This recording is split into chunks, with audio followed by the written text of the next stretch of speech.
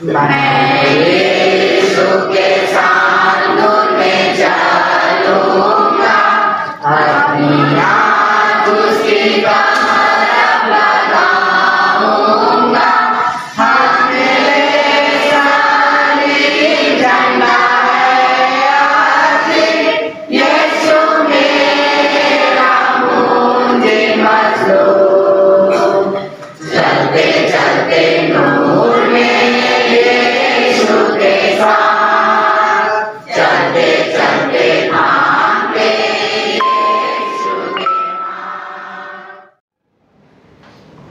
अगर आप सूर्य की ओर चलते रहेंगे तो पीछे क्या रह जाएगा? आपके पीछे सिर्फ आपकी परछाई रह जाएगी। अगर आपकी ओर कोई टॉर्च मारे तो आप उसकी ओर देखेंगे और आपके पीछे आपकी परछाई आएगी। तो परछाई के पीछे चलना चाहेंगे कि वो अपनी जो मंजिल है, जो रोशनी दिखाई दे रही है, हमारी जो रास्ता है, उसकी ओर देखेंगे, लाइट की ओर देखेंगे तो जीवन में लाइट आएगी, रोशनी आएगी, कुछ समझ पाएंगे, कुछ जान पाएंगे, देख पाएंगे। प्रभु यीशु मसीह बोले थे कि यदि कोई मेरे पीछे आना चाहे तो अपना क्रूस उठा ले, और एक उदाहरण दिए थे। हल जोतने वाला आगे देखता है कि पीछे देखता है? आगे देख के चलता है। अगर पीछे देखेगा तो उसकी खेत की जुताई नहीं हो पाएगा। तो कहने का मतलब यह है, मैं ये बताना चाह रहा हूं, मुझे ये शिक्षा मिलती है, अगर हम यीशु मसीह ज्योति की ओर देखें तो पीछे परछाई है, और परछाई का मतलब अंधेरा होता है, और अंधेरा का मतलब होता है शैतान का अंधकार।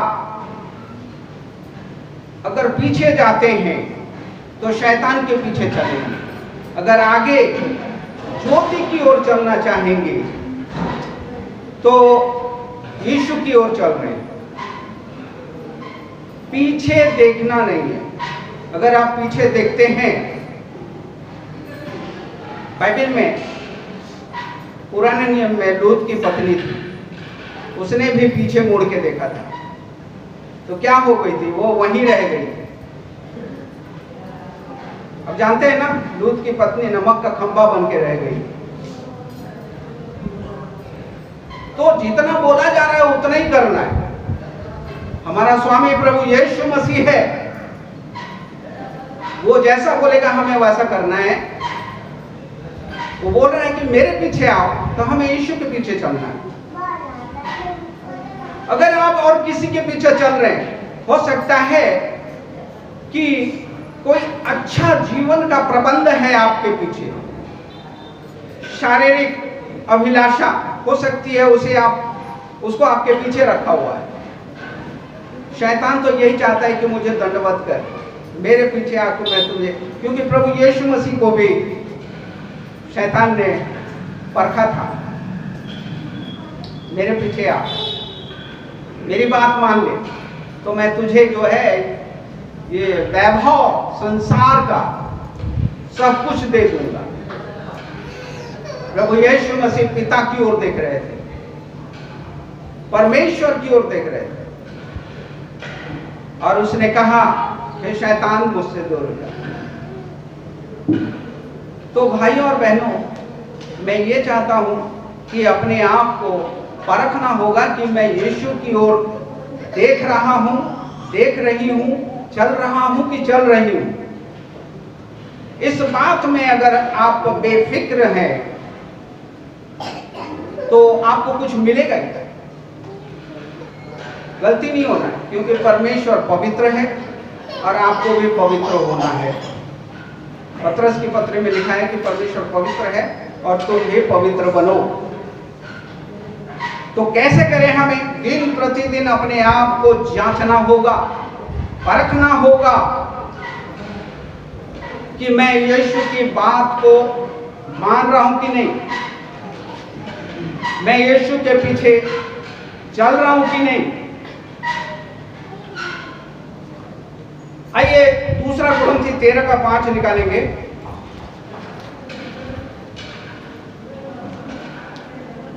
आज हमें किन बातों में अपने आप को परखना है, मैं कुछ बातों को यहां पे रखना चाहता हूं।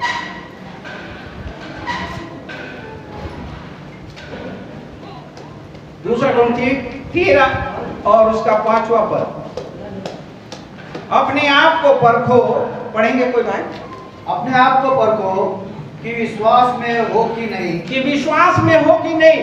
अपने आप को जांचो, क्या तुम अपने विषय में यह नहीं जानते कि यीशु मसीह तुम में है, नहीं तो तुम जांच में निकम्मे निकले हो। तुम जांच में निकम्मे निकले हो। अपने आप को परखो कि विश्वास में हो कि नहीं। क्या सचमुच में हम विश्वास करते हैं कि यीशु मसीह मेरे अंदर है? बहुत समय बहुत कम है, बहुत कम समय है। बीमारियां भी आने वाली है। थोड़ी बीमारी तो आके देख लेना, बहुत सारे लोगों को जो है सकेल के ले गया। परंतु बीमारियां और तलवार और विरोध और परेशानियां और दुख तकलीफें ये लगातार बनी रहेगी, परंतु आपको उनसे बेफिक्र होकर के फिक्र इस बात की करनी है कि मैं विश्वास में हूं कि नहीं, यीशु मसीह मुझ में है कि नहीं।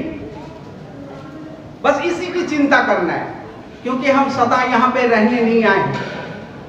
हम यहां रहने नहीं आए, संपत्ति बटोरने नहीं आए हैं, बिल्डिंगें बनाने नहीं आए हैं जो सदा हमारा नाम रहेगा और मैंने ऊंचा 10 मंजिला बिल्डिंग बना लिया और उसके बदले यीशु मसीह से हमें कोई प्रतिफल मिलेगा। मर्सिडीज कार ले लिए, अरे वाह तूने मर्सिडीज कार ले लिया, अब तो मैं तुझे अनंत जीवन दूंगा, ऐसा नहीं बोलेगा। कोई भी हो, हमारे देश के मुकेश अंबानी हो या गौतम अडानी हो, ठीक है, या विश्व का एलन मस्क हो, अगर यीशु मसीह उसके अंदर नहीं है तो उसकी सारी की सारी, अबे चंद्र में भेजा है स्टारलिंक भेजा है, आपकी मोबाइल की कीमतें सस्ती हो जाएगी। वो बंदा वहां तक पहुंच चुका है, दुनिया का सबसे धनी व्यक्ति, पर उसके अंदर मसीह है, फायदा नहीं है। इसके अंदर मसीह नहीं है। भले एक बीमार भिखारी जो डेली बासी खाता हो वो व्यक्ति स्वर्ग जा सकता है, जिसके जेब फटे हो वो व्यक्ति स्वर्ग जा सकता है। आप उदाहरण देख चुके हैं, इसके उदाहरण वो धनी और लाजर के यीशु मसीह बता चुके हैं, हमें लिख करके दिया गया है बाइबल में, तो हमें समझना है, हमें समझना है। अगर परमेश्वर ने हमें बुद्धि और ज्ञान से परिपूर्ण किया है तो हमें सब काम करना है। आप यदि कमाने में अब सोचते हैं कि मैं अब मेरी कोई जरूरत नहीं, मुझे कमाने की कोई जरूरत नहीं, कुछ नहीं है, तो मनुष्य जब तक जीवित रहता है, या तो आप अपने लिए नहीं कमा रहे हो तो आप दूसरों के लिए कमाओ, आत्मिक धन भी कमाओ और शारीरिक धन भी कमाओ, इससे कलीसिया की उन्नति होगी। अगर आप अपने धन को, अपने ज्ञान को बटोर करके पोटली बना के किसी दीवार में चुनवा दिए हैं तो क्या फायदा होगा? परमेश्वर आपसे लेखा लेगा कौड़ी कौड़ी का। जब तक सांस है तब तक काम करना है, जब तक सांस है तब तक काम करना है। कलीसिया के लिए विरोधियों को यह अवसर मिल जाता है कि हमें नीच दिखाने के लिए, नीचापन दिखाने के लिए विरोधियों को अवसर मिल जाता है। अरे ये तो फटे हाल में है, ये तो वो है, इसके पास कोई ज्ञान नहीं है, इसके पास घर नहीं है, कोई पूछेगा भी नहीं आपको। परंतु परमेश्वर आपसे कहा है सबसे पहले उसके राज्य और धर्म की खोज करो। 6:33 मत्ती 6:33।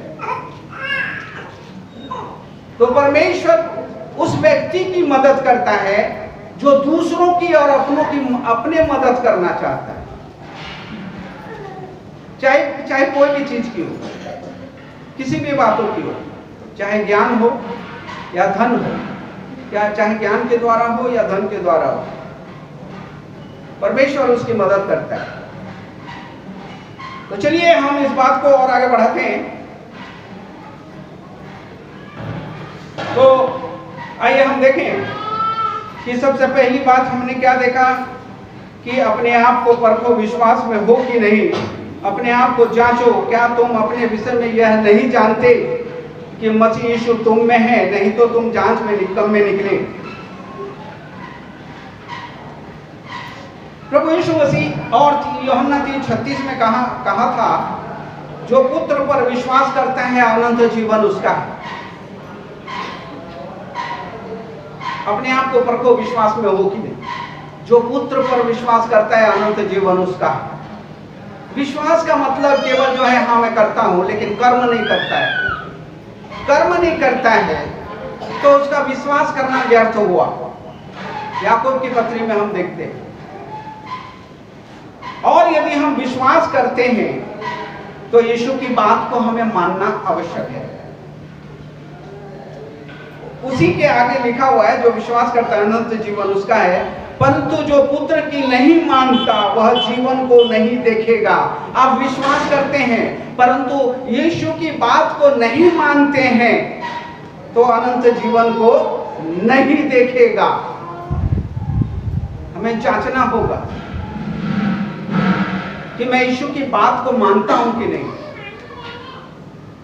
जब आप बाजार जाते हैं कुछ खरीदने के लिए, सब्जी खरीदने जाते हैं, तो ऐसे ही बिना मोल भाव, बिना छांटे ला लेते हो क्या? आप छांटते हो। कपड़े में भी जाते हो, मॉल में जाते हो, खरीदारी करने जाते हो, बड़े अच्छे ढंग से छांटते हो, ये ठीक नहीं, ये ठीक नहीं, वो ठीक नहीं। अब अड़ोसी और पड़ोसी को जांचते हो, अरे वो ठीक नहीं है, वो ठीक नहीं है, वो बहन ठीक नहीं है, वो भाई ठीक नहीं है, वो अच्छा है, वो भाई, वो बहन अच्छी है। अब जांचते हो, क्या अपने आप को नहीं जांच सकते कि मैं कैसा हूं? मेरे अंदर विश्वास है कि नहीं? मेरे अंदर मसीह है कि नहीं?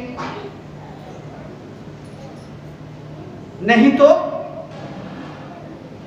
अनंत जीवन को यीशु कहता है कि नहीं देखोगे, और परमेश्वर का क्रोध यानी कि दंड उस पर बना रहता है।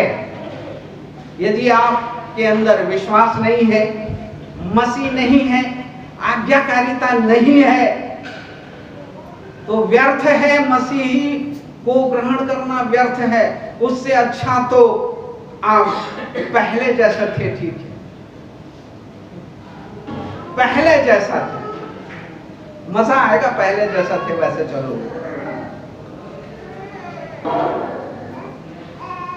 बड़े सौभाग्य से हमें परमेश्वर की दया से यीशु के पास आने का मौका मिला है, यीशु के पीछे चलने का मौका मिला है। हमें यीशु के पीछे चलना है। यीशु के पीछे चलेंगे इसलिए, उसके हाथों को पकड़ के इसीलिए चलेंगे क्योंकि यीशु स्वर्ग में है और यीशु ने कहा कि मेरे पीछे आओ।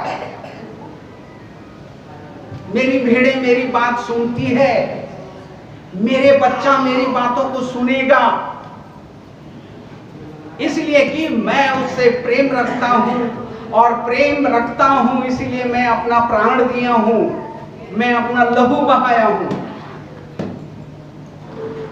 तो अवश्य हमें यीशु के पीछे चलना है, लेकिन हमारे पीछे जो परछाई है उधर नहीं चलना है। आप जिधर जाना चाहोगे आप वैसे बनोगे।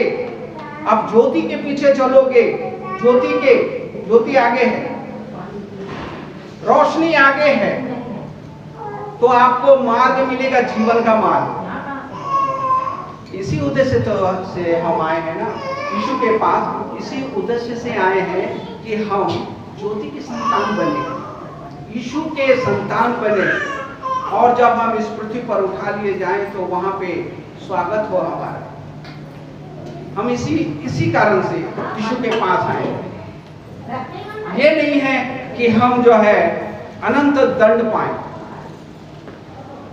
बनना है तो अच्छा बनना है, यीशु के समान बनना है।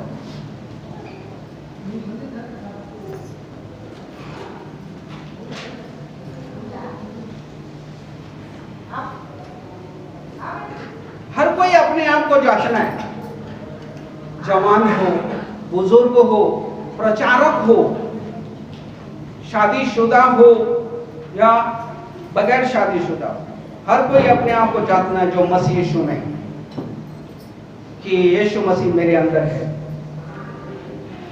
मैं यीशु की बात को मानता हूं, चाहे सामने तलवार आ जाए, मैं यीशु की बात को मानूंगा। परमेश्वर का धन्यवाद हो कि मसीह यीशु में आने के बाद हम सब लोग हैं जो है झूठ नहीं बोलते हैं, धोखा नहीं देते हैं, विश्वास से चलते हैं।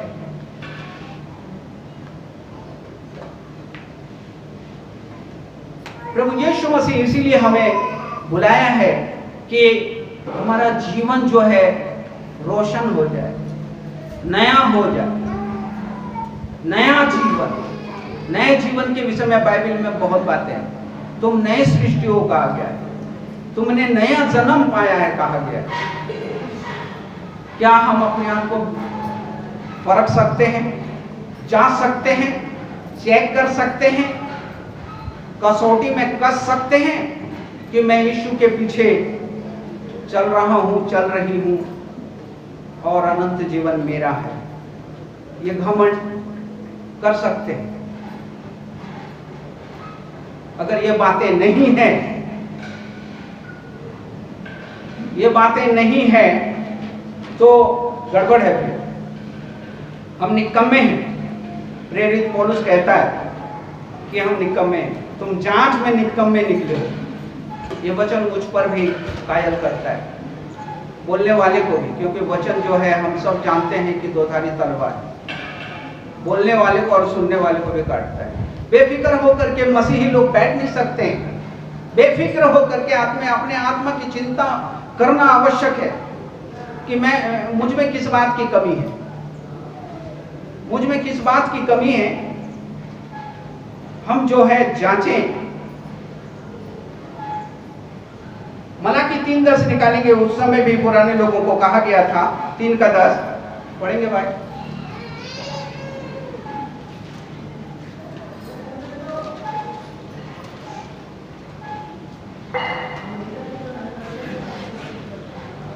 सारे दशमांश भंडार में ले आओ। और पढ़ो, और पढ़ो। हाँ, सारे दशमांश भंडार में ले आओ कि मेरे भगवान में भोजन वस्तु नहीं। हाँ।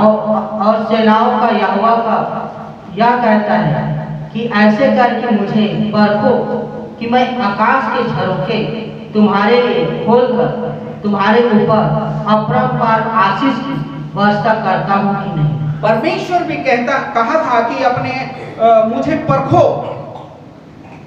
मुझे परखो और देखो। परमेश्वर भी हमें परखता है और देख रहा है। मनुष्य जो है बहुत अपने आप को, अपने मार्ग में वो तो चलता है कि मैं अच्छा हूं, मैं अच्छे रास्ते पे चल रहा हूं। नीति वचन 21:2 में क्या कहता है मनुष्य? 21:2 को पढ़ेंगे।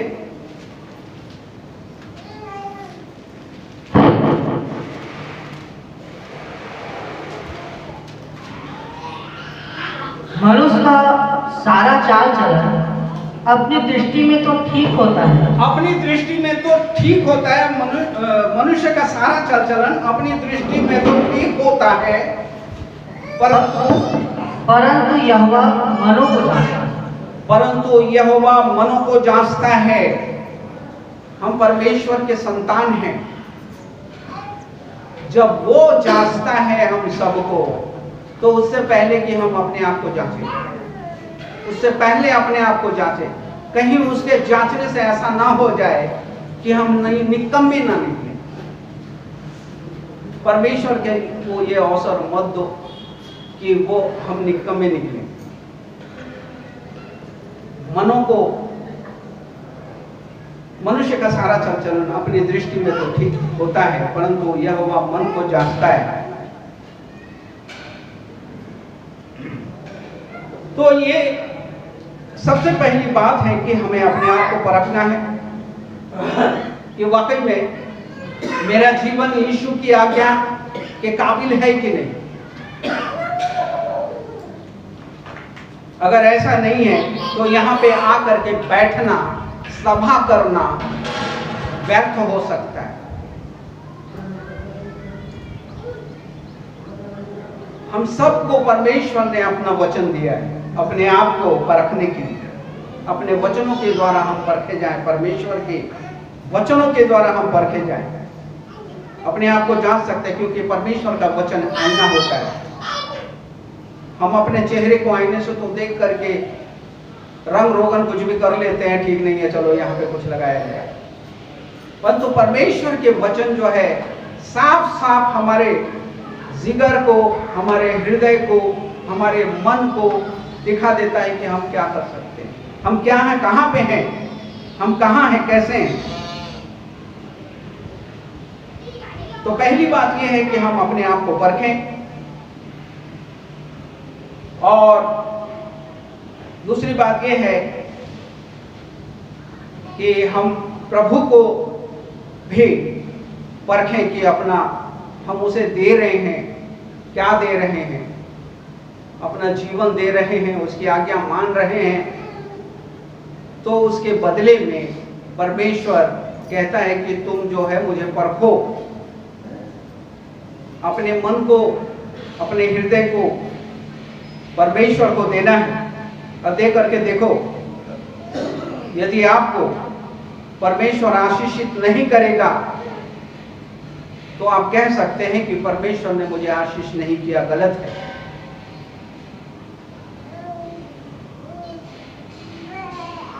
आइए हम पहला थिस्सलुनीक 5:21 को पढ़ेंगे। और किन बातों को कहा गया हमारे परखने के लिए। 5:21 परमेश्वर और मसीह यीशु और चुने हुए स्वर्गदूतों को उपस्थित जानकर मैं तुझे चेतावनी देता हूँ कि तू मन खोलकर इन बातों को माना कर और कोई काम पक्षपात से ना कर। पहला थिस्सलुनीक 5:21 सब बातों को परखो, जो अच्छी है उसे पकड़े रहो। सब बातों को परखो। परमेश्वर ने आपको एक ऐसी आत्मा दी है, उस आत्मा के द्वारा आप सब बातों को परख सकते हैं। आप किसी के भरमाने में तो नहीं आ रहे। आप कोई भी प्रचारक कुछ भी बोल देता है तो उसके पीछे तो नहीं मान रहे। आप वचनों से मिलान कर रहे हैं कि परमेश्वर ने ये बातें कहा है, ये सही है, ये गलत है, कि किसी ने भी कुछ कह दिया और आप विश्वास कर लिए। हमें सब बातों को परखना है। जो अच्छी है उसे पकड़े रहो। जो अच्छी है, मनुष्य अच्छी बातें भी बोलते हैं, अवश्य है। हमारे दादा, हमारे परदादा भी मसीह यीशु में नहीं थे, परंतु अच्छी बातें बोलते थे। हमारे पड़ोसी भी अच्छी बातें बोल सकते हैं, पुराने नियम में अच्छी बातें हो सकती है। उन बातों को हम अपनी शिक्षा के लिए ग्रहण कर सकते हैं, ताकि हमें किसी बात की घटी ना हो। सब बातों को परखो। और फिर और एक बातों को कहा गया है कि हर एक आत्मा को परखो। अपने आप को परखना है, प्रभु को परखना है, अपना जीवन दे करके, उसकी आज्ञा को मान करके परख करके देखो यहोवा कैसा भला है, लिखा हुआ। फिर उसके बाद सब बातों को परखो कहा। हमें सब बातों को परखना है, जो अच्छी है उसे पकड़े रहना है। और लास्ट अंतिम बात क्या है? हर एक आत्माओं को परखो, हर एक आत्माओं को परखो। मत्ती 7 का 16 से 20 वचन तक इस बात को प्रभु यीशु मसीह ने कहा है कि हम हर एक आत्माओं को कैसे परखें, कैसे परखेंगे, पढ़ेंगे। 7 का 16 से 20। उनके फलों से तुम उन्हें पहचान लोगे। मनुष्य जो आपसे बोलता है, जो व्यवहार दिखा रहा है, उसी से आप उन्हें परख सकते हो कि ये कैसा व्यक्ति है। अब आप परखते भी हो, अच्छी बात है, क्योंकि मैं पहले ही कहा था कि आप अपने पड़ोसी को परखते हो, किसी प्रचारक को परखते हो, सहेली को परखते हो, लोगों को परखते हो, जांचते हो। तो लोगों को उनके फलों से, हर एक आत्माओं को उनके फलों से हम पहचान सकते हैं। आगे क्या लिखा है? क्या झाड़ियों से अंगूर या ऊंट कटारों से अंजीर तोड़ते हैं? उनके स्वभाव से ही पता चल जाएगा कि ये जो है कैसा व्यक्ति है।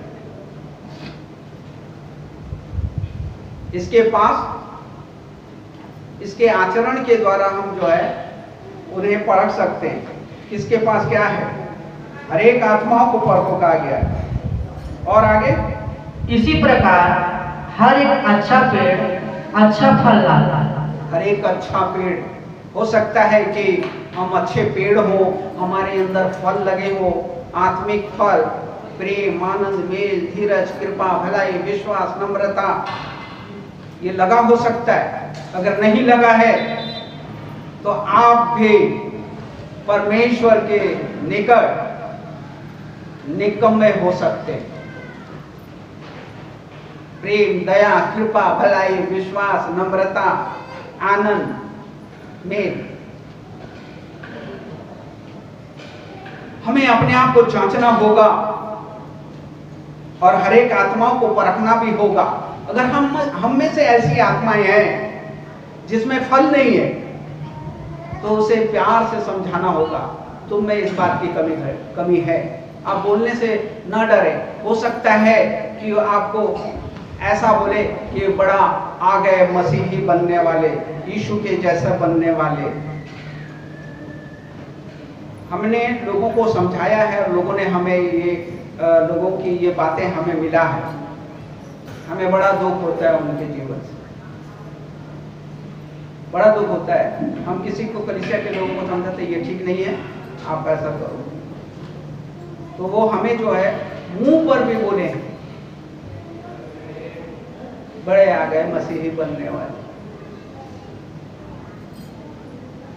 यीशु मसीह के समान उसने जो आदर्श दिया है, उस आदर्शों पर चलने के लिए हमें यीशु मसीह अपने पास बुलाया है।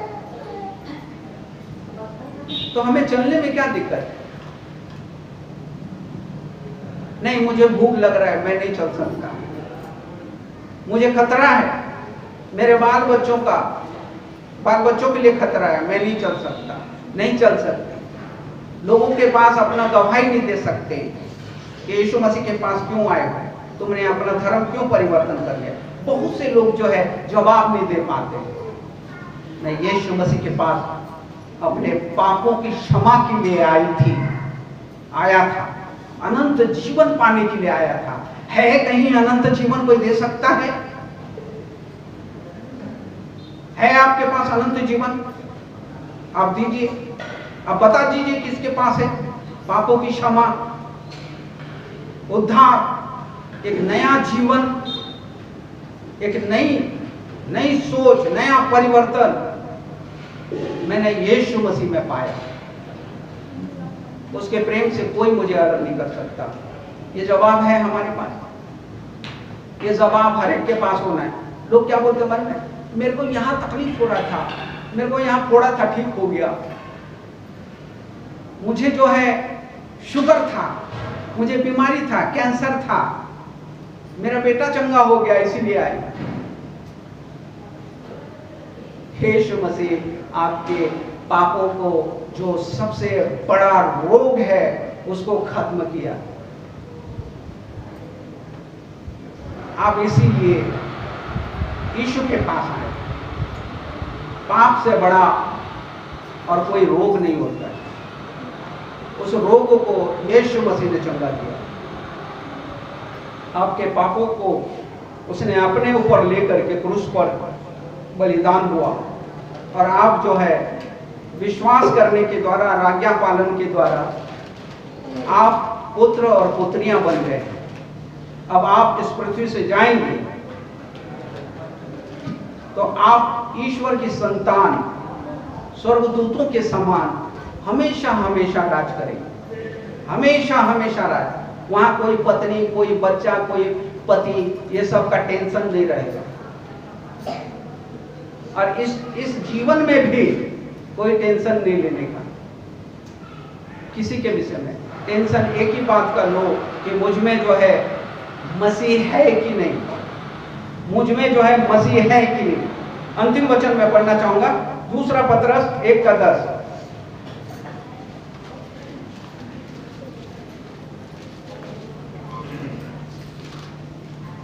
इस कारण पढ़ो। इस कारण हे भाइयों, अपने बुलाए जाने और चुन लिए जाने को सिद्ध करने का भली इस कारण हे भाइयों, अपने बुलाए जाने और चुन लिए जाने को सिद्ध करने का भली भांति यत्न करते जाओ, क्योंकि पढ़ेंगे, क्योंकि ऐसा करोगे तो कभी भी ठोकर ना खाओ। क्योंकि यदि लगाना जरूरी है, क्योंकि यदि ऐसा करोगे तो कभी भी ठोकर ना खाओगे। आप अवश्य जो है पादों पर उठा लिए जाओगे। आप अवश्य जो है, चाहे कितना भी दिन हो, मसीह यीशु के पास आए हैं, अगर आप नए हो या पुराने हो, यदि ऐसा करते हैं, अपने बुलाए जाने और चुन लिए जाने को सिद्ध करने की भली भांति यत्न करते जाते हैं, तो अवश्य जो है ठोकर नहीं खाएंगे, परंतु यीशु के राज्य में, जो हमेशा का राज्य, स्वर्ग राज्य में प्रवेश करेंगे हम। यही बातों के द्वारा एक दूसरे को बातचीत क्या करो। जब बहन रहते हैं तो इन्हीं बातों की चर्चा किया करो। जब भाई लोग रहते हैं तो इन्हीं बातों की चर्चा किया करो। और यह, हाँ, आपने सही बोला, यह मैं इस बात में गलत हूं, मेरे लिए प्रार्थना करो। ये सब बातें क्या करो ना। बहुत सारी बातें करते रहते हैं। मैं कभी भी विश्वासी भाई बहन को इकट्ठे देखता हूं तो कुछ और ही बातें करते रहता है, और कहीं सांसारिक बातें करते रहते हैं कि यीशु ने आपके लिए क्या क्या किया है, कैसा करने को कह रहा है, कैसा करेंगे तो हम स्वर्ग में जाएंगे। अरे हाँ, मेरे में ये अंदर ये कमी है, मेरे में सहनशीलता नहीं है, हाँ मेरे में क्षमा करने की भावना नहीं है, कैसा करूं बहन, मेरे लिए प्रार्थना करना। मैं वाकई में बहुत पीछे हूँ आत्मिक जीवन में। शर्म आता है ऐसा बोलने में। नहीं, हमें चेक करना है, हमें परखना है, नहीं तो हमारा इस पृथ्वी का जो बैठे है ना संगति, जो व्यर्थ हो जाएगी। हम यीशु के पास, उसके परमेश्वर के पास, उसके स्वर्ग राज्य में नहीं जा पाएंगे। अपने आप को परखो, अपने आप को परखो, विश्वास में हो कि नहीं, यीशु मसीह आपके अंदर है कि नहीं। मैं इतना कह करके अपने वचन को विराम देता हूँ। परमेश्वर का धन्यवाद हो गया, आपने पूरी शांति के साथ इस वचन को आपने धन्यवाद।